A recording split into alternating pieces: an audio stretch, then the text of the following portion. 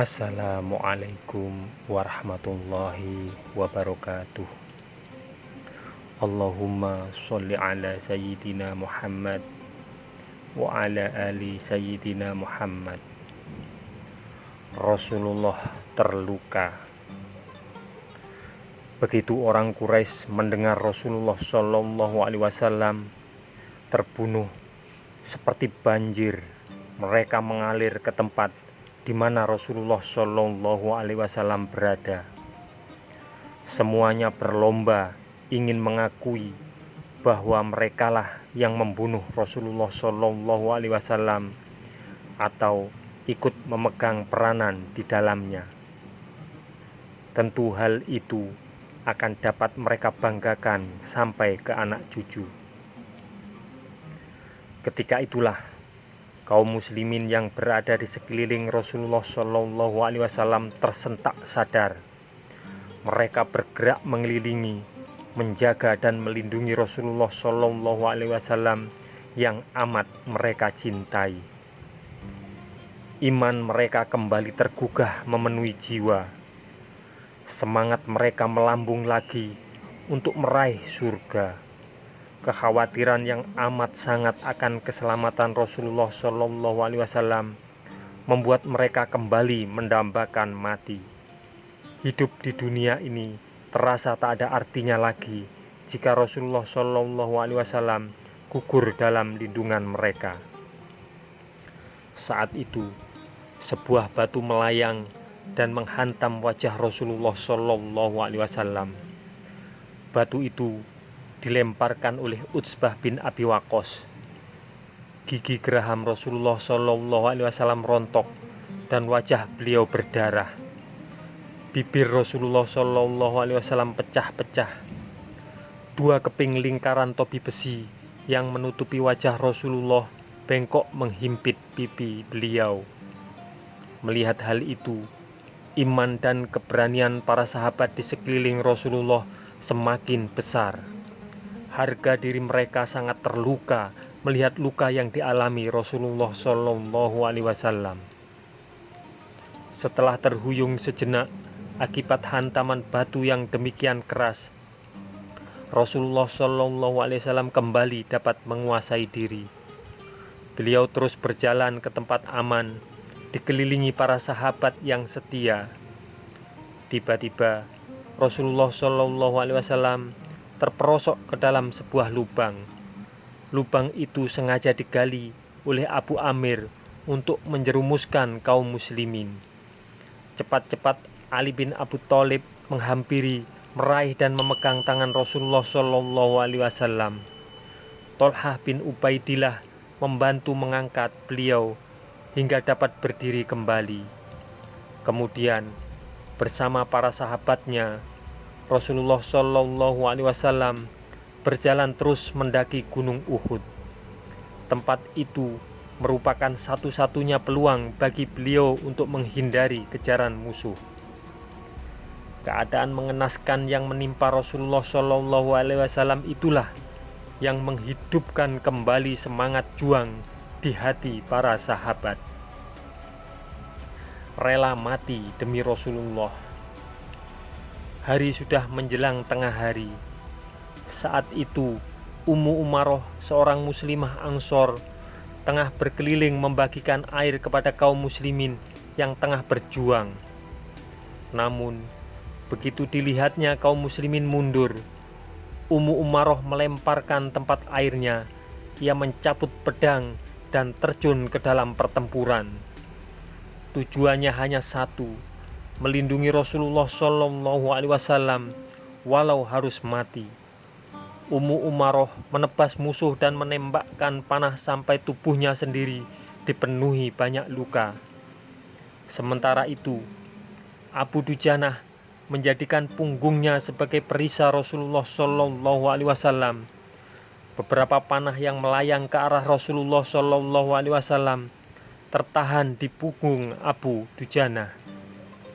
Di samping Rasulullah Shallallahu Alaihi Wasallam, Sa'ad bin Abi Waqqas berdiri melepaskan panahnya untuk menahan musuh.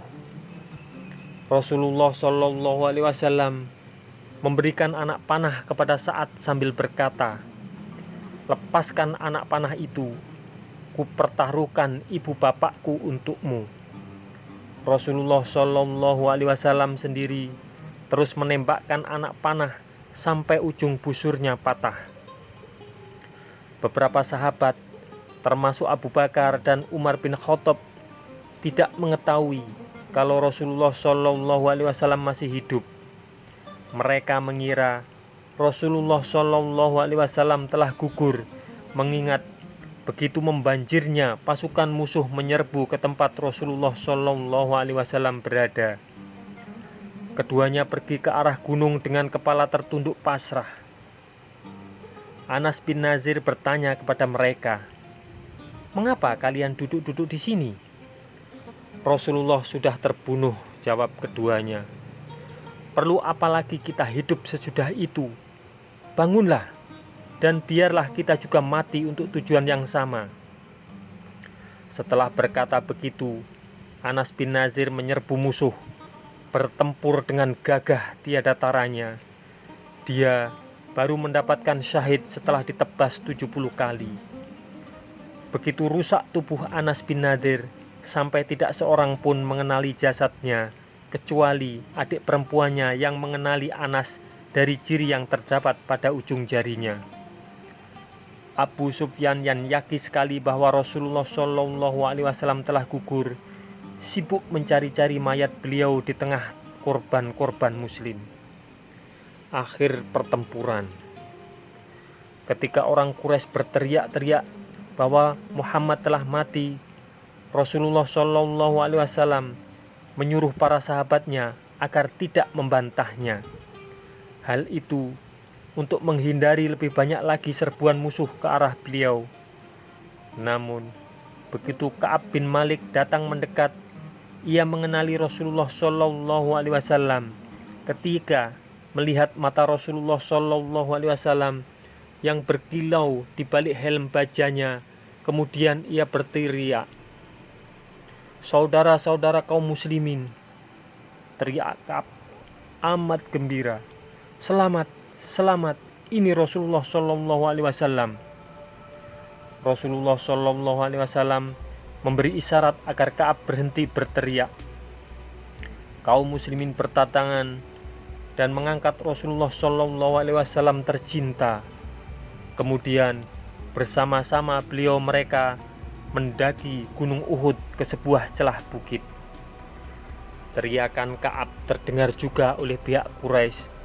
Sebagian besar dari mereka tidak mempercayai teriakan itu. Namun, ada beberapa orang segera pergi mengikuti rombongan Rasulullah Shallallahu Alaihi Wasallam dari belakang. Ubay bin Khalaf dapat menyusul rombongan Rasulullah Shallallahu Alaihi Wasallam sambil bertanya, "Mana Muhammad? Aku tidak akan selamat kalau dia masih hidup."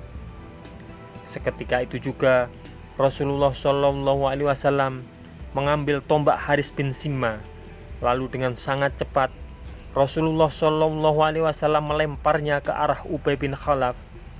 Ubay pun terhuyung-huyung di atas kudanya, lalu berusaha kembali pulang dan mati di tengah jalan. Sesampainya pasukan muslim di ujung bukit, Ali bin Abi Thalib pergi mengambil air dalam perisai kulitnya. Ali membasuh darah di wajah Rasulullah Shallallahu Alaihi Wasallam dan menyiram kepala beliau dengan air.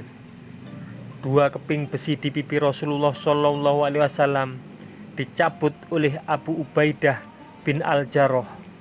Begitu kerasnya sampai 2 gigi seri Abu Ubaidah tanggal. Tiba-tiba pasukan berkuda Khalid bin Walid tiba di atas bukit. Namun dengan sigap Umar bin Khattab dan beberapa prajurit muslim menyerang dan mengusir mereka untuk mundur.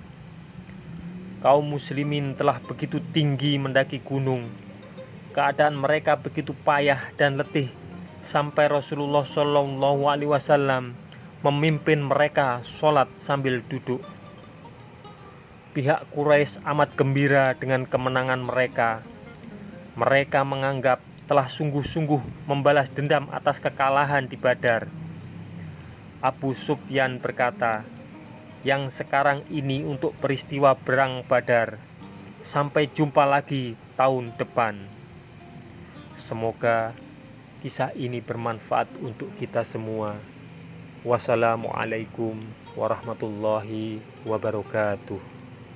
Mudah-mudahan kelak kita akan mendapatkan syafaat dari Nabi besar Muhammad sallallahu alaihi wasallam. Amin, amin, amin ya rabbal alamin.